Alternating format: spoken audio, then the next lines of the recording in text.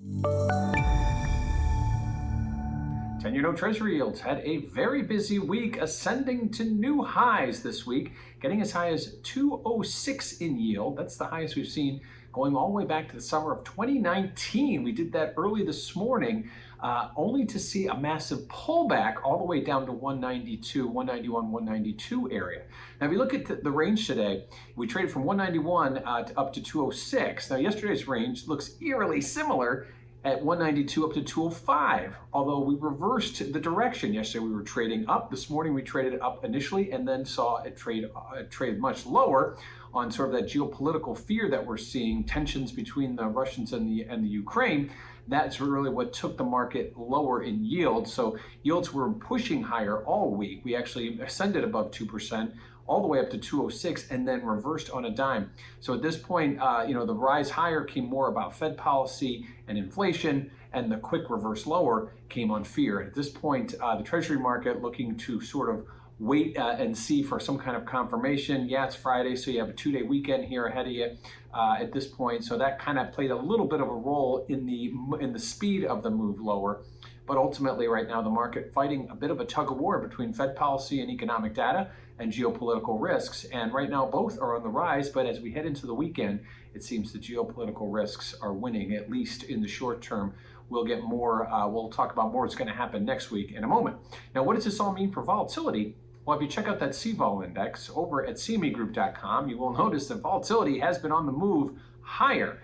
In fact, we saw our highest weekly settle going back to all the way in February of 2021, when rates were ascending from 1 up to 170 in the midst of that rise in 10-year note yields. And we're kind of seeing the same thing here, although we are higher. But again, we're in the midst of a big move higher, and then we see a quick reverse lower. Market doesn't like uncertainty. As rates have moved higher, we've seen yields moving higher with them. But even on the pullback today, that wasn't a common thing. We saw volatility did not come off, despite the fact that yields went lower like we are typically used to. Again, this is more of a fear-induced push lower in yields, and we saw volatility go out on the highs of the week on the close on Friday. Now, lastly, what do we have next week? Well, how are we going to trump what we saw this week as far as market movement? Well, we get PPI, and after this week's uber high CPI, it's expected that PPI will come in at 8% year over year. That's actually a little bit lower than we saw last month, so it'll be interesting to see if that's true. Likewise, we get retail sales, which is expected to see a big rebound, from a disappointing December number. And then we'll get more Fed rhetoric. And this week we heard from St. Louis Fed President Bullard. He kind of came out of left field with his comments about wanting the Fed to tighten more aggressively. Well, guess what? He's going to be speaking at 7:30 on Monday morning. So perhaps he's going to either enhance what he said or maybe walk it back a little bit. We have heard some other Fed speakers trying to walk back his comments, but ultimately right now he is going to remain on center stage. He speaks Monday morning at 7:30. Likewise, we'll hear from other Fed speakers. And then we get the Fed minutes from the January FOMC meeting. And that could be interesting. How much talk was there really about a 50 basis point hike at the March FOMC coming up next month?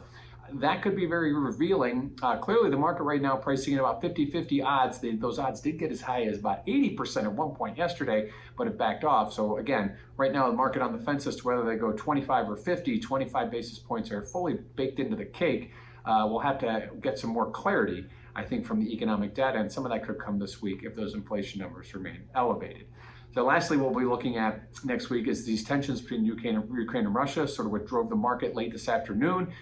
Certainly the market will keep a close eye on that. You saw risk assets selling off at the end of the day. You saw riskless assets rallying, and that's why we saw yields declining as quickly as they did on a Friday afternoon. So heading into the weekend, 10-year note yields reverse the entire move we saw yesterday, still high, still elevated up north of 190, but certainly not as high as they were after yields getting as high as 206, seeing a major pullback heading into the weekend all the way down to 192.